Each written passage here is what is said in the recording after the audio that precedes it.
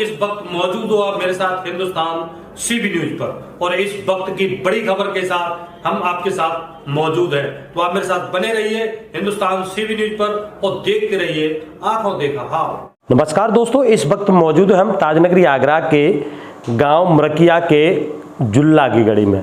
आपको बता दें कि आपने देखा होगा कि आज भी ग्रामीण क्षेत्रों में शिक्षा के लिए बच्चों को जूझना पड़ता है, यानी कड़ी मेहनत करनी पड़ती है, क्योंकि आज भी शहर की अपेक्षा गांव में सारी सुविधाएं नहीं हैं। इसके बावजूद भी अब गांव के बच्चे अच्छे मार्क्स लाकर काफ़ी कुछ बदलाव करना चाहते हैं।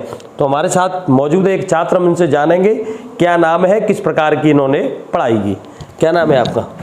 मेरा नाम बंटी सक्सेना और गांव गढ़ी जुल्ला का रहने वाला हूं मैं।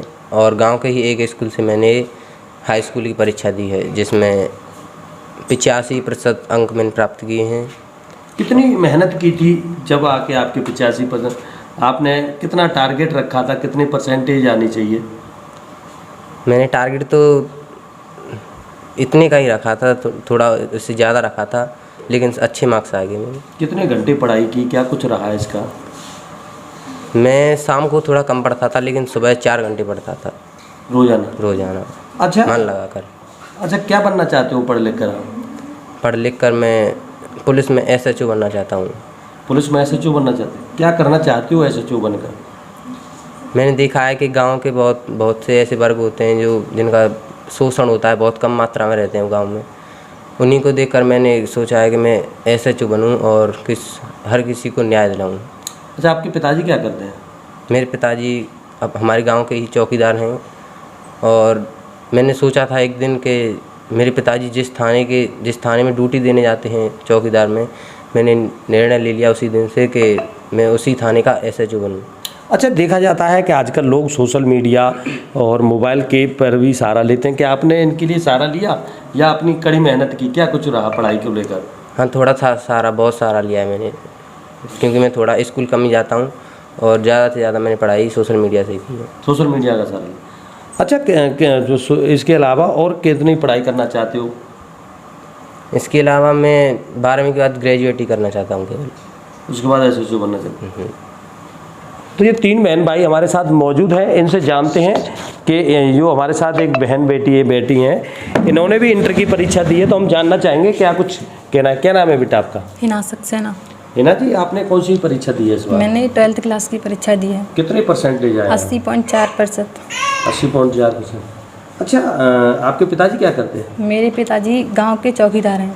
आपके पिताजी गांव के चौकीदार हैं, ऐसे में आपके पिताजी आपको पढ़ा रहे हैं, तो कैसा लग रहा है आपको? अच्छा लग रहा है। देखा जाता है कि बेटियों को आजकल लोग कम पढ़ाते हैं, ये सोचते हैं बेटियों को अपने आप बोझ भी समझते हैं, मगर आपके पिताजी आपको पढ़ा रहे हैं, तो कैसा लग रहा है? क्या गॉड गिफ्ट देना चाहेंगे उनके लिए? क्या गिफ्ट देना चाहेंगे? क्या सरप्राइज देना चाहेंगे? क्या कुछ कहना चाहेंगे? मेरे पिताजी मेहनत करते हैं और हमको भी रोज़ रोज़ प्रोत्साहित करते रहते हैं। कहते हैं कि पढ़ाई एक ऐसा माध्यम है जिससे हम गाँव से बहुत अलग उठ सकते हैं और देश के गरीबों के लिए बहुत कुछ कर सकते हैं। अब आपने इंटर किया है, आगे क्या करने का इरादा है? मैं कांस्टेबल की तैयारी करूंगी। पुलिस में जाना चाहते हैं? अच्छा, क्या कारण है कि आपका भाई भी SHO बनना चाहता है, आप भी पुलिस में जाना चाहती हैं? इसका कारण क्या है? पापा जी हमारे चौकीदार हैं, इसी से हम बचपन से ही उन्हें देखते आए हैं, तो पुलिस का ही निर्णय किया है सबने। आपने देखा है अक्सर पुलिस में ही जाते हैं पापा जी। अच्छा, अब आगे इंटर के बाद किसकी पढ़ाई करेंगे आप? कौन सी पढ़ाई करेंगे आप? BA करूँगी। अच्छा, ये बताइए, पढ़ने में जब आप पढ़ते हो तो उस समय किन परेशानियों का सामना करना पड़ता है? गांव में देखा जाता है कि बाहर कहीं पढ़ना जाता है, सुविधाएं नहीं होती हैं, ऐसे में किस प्रकार की पढ़ाई रही? कौन सी पढ़ाई में आपकी बाधा रही? कुछ बाधाएं आई पढ़ाई में आपके? बाधाएं थीं, लेकिन उनका सामना करना पड़ता है और मैंने किया भी था। सामना किया। कितने परसेंटेज आए आपके? 80.4। अच्छा, अब आगे जो आप पढ़ेंगी तो ग्रेजुएशन करना चाहेंगी, क्या करना चाहेंगे? मैं BA करूँगी। BA करेंगी। अच्छा, उसके बाद फिर आप कांस्टेबल बनेंगी। तो कांस्टेबल बनने का जो सपना देखा है आपने, वो किस लिए देखा? क्या करना चाहते हो कांस्टेबल बनने के? मैं देश की सेवा करना चाहती हूँ। देश की सेवा करनी। तो अब तो देखा जा रहा है कि बेटियां पायलट भी बन रही हैं, बेटियां अग्निवीर में भी जा रही हैं, बेटियां हर जगह जा रही हैं, तो आप कांस्टेबल ही बनना क्यों चाहती है, आगे कुछ क्यों नहीं करना चाहती? बचपन का सपना है पुलिस बनना, तो पुलिस की तैयारी करूँगी। तो देखा आपने किस प्रकार बिटिया का कहना है कि उनका बचपन का सिर्फ एक ही सपना है कि वो पढ़ लिख कर समाज की सेवा करेंगी, देश की सेवा करेंगी। इसके लिए उन्होंने पुलिस ज्वाइन करने का निर्णय ले लिया। उन्होंने हाई स्कूल में भी अच्छे मार्क्स लिए, तो वहीं उन्होंने इंटर में भी अच्छे मार्क्स लाए हैं। आपको बता दें, इन दोनों बेटियों के साथ साथ ये बेटा है, इनके पिता गांव के चौकीदार हैं। इसके बावजूद भी वो अपनी बेटियों को पढ़ाने में काफ़ी दिक्कत नहीं महसूस कर रहे हैं, काफ़ी अपनी बेटियों को प्रोत्साहन कर रहे हैं। और उनका कहना है कि अगर आप लोग पढ़ेंगे तो आप समाज को बदल सकते हैं। हमारे साथ उनकी तीसरी भी बेटी भी मौजूद है, तो हम उनसे जानने का प्रयास करेंगे क्या नाम है और क्या कुछ करना चाहते हैं। क्या नाम है बेटा आपका? नमस्कार, मेरा नाम कुसुम सक्सेना है और मैंने बीएससी फर्स्ट ईयर के इस साल एग्ज़ाम दिए हैं और उसमें 86.5% लाई हूँ। अच्छा, आपने हाई स्कूल और इंटर में कितने परसेंटेज लाए? हाई स्कूल में मेरी थी 75.66 और इंटर में थी 78.8। देखा जाता है अक्सर गांव में बेटियों को कम ही पढ़ाते हैं, ऐसे में आप ग्रेजुएशन कर रही हैं, तो ये सब कैसे मन में आया पढ़ने के लिए, किसका सहारा? अब पढ़ना तो एक बहुत ज़रूरी बन गया है, क्योंकि नहीं पढ़ेंगे तो कुछ भी नहीं है पढ़ने के बाद। अगर ये नहीं कि जॉब ही होना चाहिए, अगर बिना पढ़े लिखे आदमी के लिए कुछ भी नहीं है आज के ज़माने में देखा जाए तो इसलिए हमें पढ़ना चाहिए। क्योंकि घर से बाहर निकलते हैं ना, तो लोग सब तरह के लोग मिलते हैं, तो वहाँ पर देखा जाता है कि पढ़ाई का बहुत महत्व है, पढ़ना बहुत ज़रूरी है आज के टाइम पर। ये सब आपके मन में पढ़ने के प्रति इतना जज्बा कैसे पैदा हुआ, क्या कुछ रहा?